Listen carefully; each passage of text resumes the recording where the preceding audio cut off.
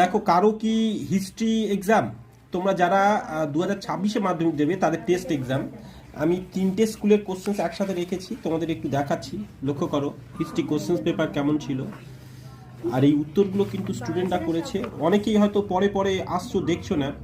আর এই প্রশ্ন মনে হয় আগে তোমাদের রেখেছিলাম শর্ট ভিডিও সেকশানে, আর উত্তরগুলো কিন্তু স্টুডেন্টরা করেছে। আবার বলছি, এটা আমি না।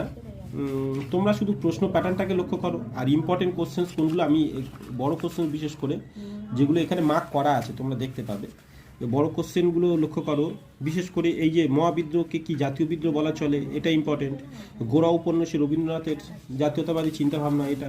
আর এইখানে বিশেষ করে এই নমশূদ্র আর যে কটা দাগ দিয়ে দিয়েছে এইটা, আর এইখানে 4-8 দাগে দুটো দলিত আর উদ্বাস্তু সমস্যা, এটা সবার জন্য ইম্পর্টেন্ট। এবং তার সাথে সাথে এখানে দেখো আরও একটা স্কুলের প্রশ্ন, যেটা দেখো এখানে দেখো পরের পেজে আসছি। তবে আবার বলছি উত্তরগুলো কিন্তু স্টুডেন্টরা করেছে, এটা তোমরা এখন জাস্ট দেখতে থাকো, প্রশ্নগুলোকে রাখছি এখন দেখো। এবং পরের পেজে আসছি, এইখানে দেখো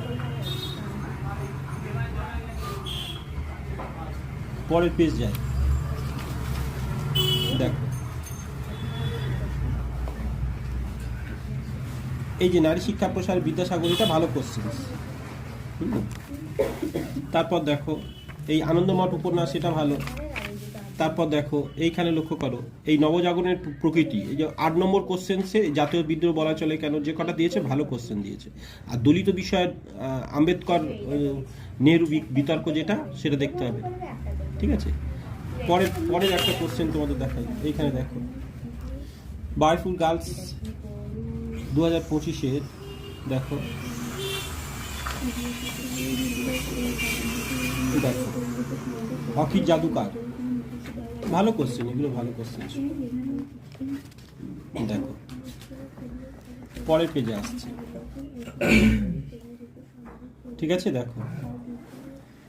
এবং তারও পরের পেজ দেখো, এইখানে লক্ষ্য করো। তো এখানে ওই দলিত বিষয়ে বড় কোশ্চেনের মধ্যে দিয়ে দিয়েছে, উদ্বাস্তু সমস্যা দিয়েছে, এগুলো কিন্তু ইম্পর্টেন্ট সবার জন্য।